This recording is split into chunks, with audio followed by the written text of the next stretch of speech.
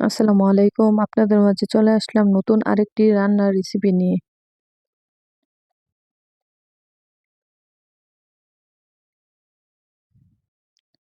আসুন চলে যাই রান্নার মূল রেসিপিতে। এখানে নিয়েছি আমি কিছু বাদাম আর নিয়েছি শুটকি।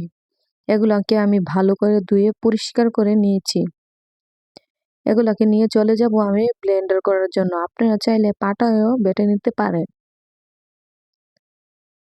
আমি চলে এসেছি ব্লেন্ডারে বাদামগুলাকে দিয়ে দেব। সবগুলা বাদাম দেওয়া হয়ে গেলে আমি অল্প পরিমাণে পানি দিয়ে ব্লেন্ডারে বাদামটারে সুন্দর করে ব্লেন্ড করে নেব। এই দেখুন ব্লেন্ডার মেশিন আমি চালু করে দিয়েছি।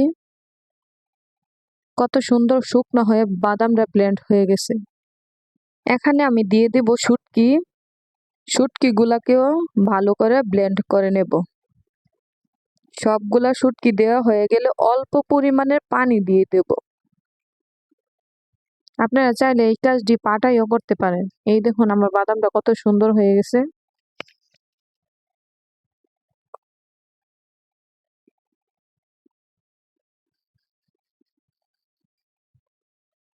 বাদামে আমি সব ধরনের মশলাপাতি এখানে দিয়ে দেব।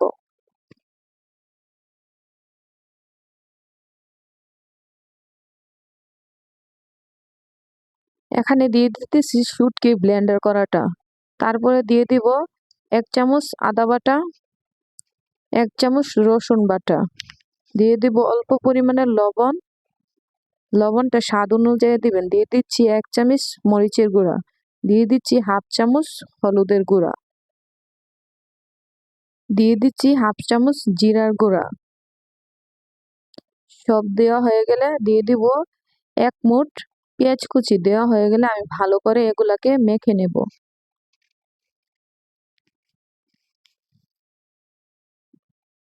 ভালো করে মাখাতে হবে যাতে মশলাটা ভালো করে বাদামটার সাথে মিক্স হয়ে যায়।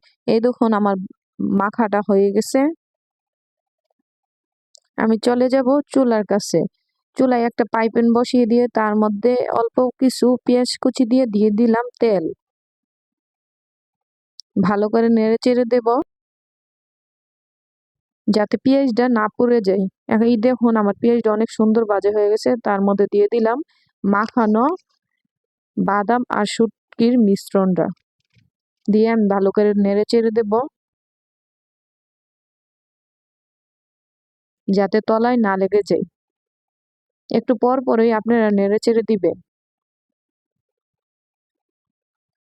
কারণ এটা তো শুকনা, যাতে না নিচে লেগে যায়।